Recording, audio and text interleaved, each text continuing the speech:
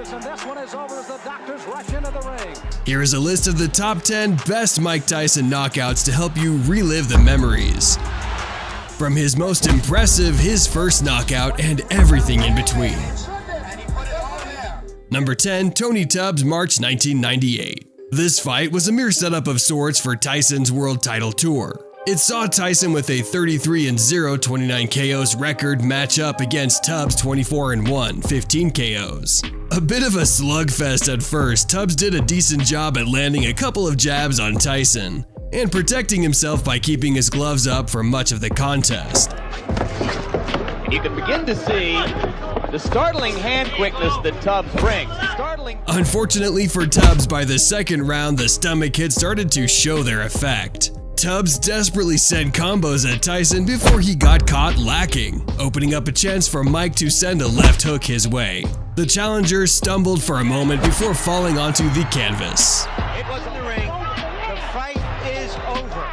Number 9, Francois Botha, January 1999. Those who have not followed Tyson's career closely probably know him best for his infamous showdown with Evander Holyfield, where he bit off a chunk of the latter's ear. What happened here?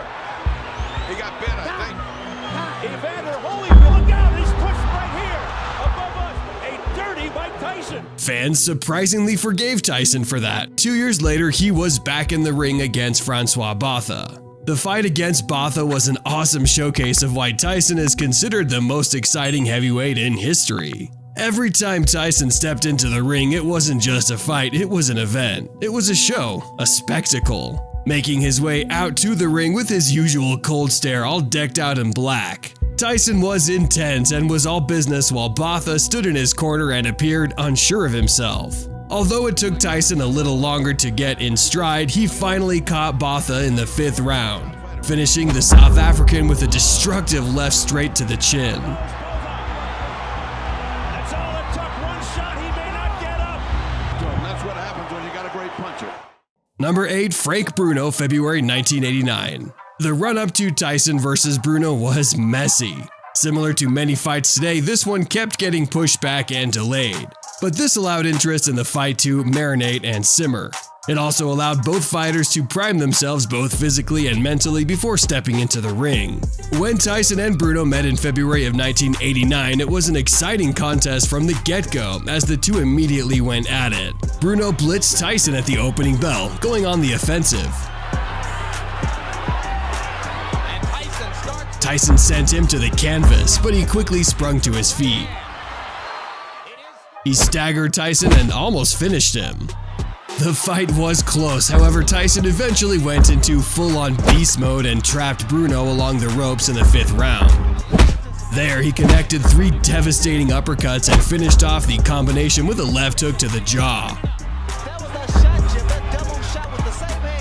The referee had seen enough and stepped in to call a halt to the contest. Number 7, Trevor Berbick, November 1986. At just 20 years of age, Tyson was young and aggressive. He was a prize fighter in every sense of the word, and he made sure fans got their money's worth. When he met Trevor Berbick in November 1985, Tyson put on an absolute show. With the tension at peak levels before the first bell even rang, there was never a dull moment in this fight.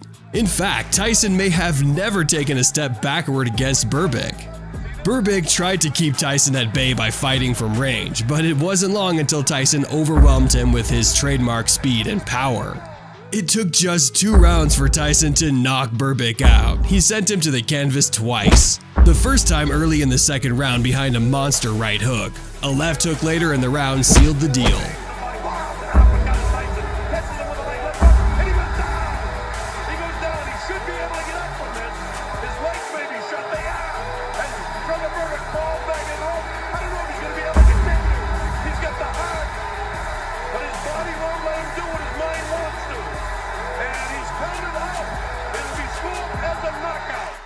Number 6, Henry Tillman, June 1990. After suffering the first professional loss of his career, Tyson was desperate to respond in the only way he knew how, vicious and quick. Tillman was one of Tyson's biggest threats. A gold medalist himself, he had beaten Mike twice at an amateur level. In reality, Mike was just too good for Tillman, owning him from the first bell. He lasted longer than some, but Tillman didn't stand a chance. Tyson wanted his vengeance, and you could feel it in every blow. Tyson ended the fight with a hard right after just 2 minutes and 47 seconds. What a shot. You don't get up from a shot like that. Number 5, Larry Holmes, January 1988. Tyson spent much of his time traveling with mentor Cus D'Amato, watching Muhammad Ali fight. It was the fight between Ali and Holmes at Caesar's Palace that stuck in Tyson's head the most. Legend has it Mike couldn't stand to watch his idol Ali get mauled by Holmes while he was in a deteriorating state. In a car ride home after the fight, Mike speaks to Ali over the phone and promises to seek Ali's vengeance. "When I grow up, I'll fight Holmes and I'll get him back for you." Fast forward again through Mike's amateur and professional career, and the stage gets set for an event billed as heavyweight history. The 38-year-old Holmes was tempted out of retirement by a $3 million offer from Don King to face the undefeated Tyson. I just heard something, we got a report, that Mike Tyson was so upset because of the stalling of Larry Holmes, he punched a hole through the wall in his dressing room. Can you believe that? The match was set, Ali was courtside, and Iron Mike did his thing. It took just 4 rounds for Tyson to prove he was too fast, too strong, and too good for the former heavyweight champion.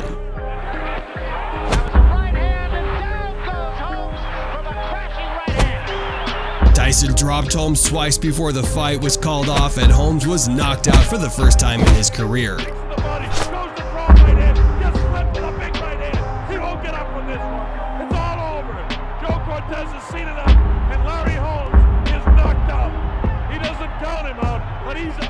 Mike lived up to his promise. Number 4, Michael Johnson, September 1985. Iron Mike was just 19 years old when he got his first-round knockout. This fight against Johnson wasn't the spectacle of the likes of Spinks, but it was Tyson's quickest knockout to date, lasting just over 30 seconds. It was a quick fight and not overly surprising. Johnson had a tendency to get knocked out with his previous 6 bouts, resulting in 4 losing knockouts. Tyson clocks Johnson with a left hook that sends him down. Mike comes back seconds later with a big right that ends the fight rather abruptly. I hope he's not hurt because that was a brutal, wide-open punch. Number 3, Dan Halpin, May 1985. Tyson's first knockout may have been his most controversial. Halpin came into the fight with a below-average record of 9 wins to 18 losses, but the veteran used his tactics to survive the first few rounds. Can he survive? Tyson, on the other hand, came into the fight slow and steady. The commentators even gave Tyson a bit of a stick, implying it's almost as if his corner have said to him, "Listen, you don't have to win every fight inside 1 round."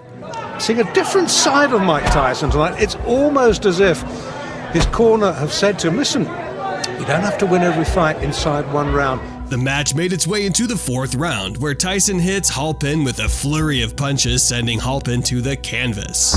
Tyson finishes off Halpin with a punch while he's already on his way down to the floor. Yeah, here we go. Sparking the first piece of controversy for Tyson's career. The fight was over then. Bang! That was the punch that caused all the damage. Number 2, Marvis Frazier, July 1986. Frazier was one of Mike's quickest knockouts. Both fighters found pleasure in crippling their opponents, and both had majority wins under their belt. The son of Smokin' Joe Frazier, Marvis Frazier had only 1 loss under his belt at the time. And understandably, fans tipped this as a major, but it didn't pan out. This battle wasn't even close. With a flurry of heavy punches, Tyson knocked out Frazier in 30 seconds flat. Once again, proving why he's not all hype. Number 1, Michael Spinks, June 1988. Many will argue this isn't the most impressive knockout of Tyson's career, but it's certainly the most important.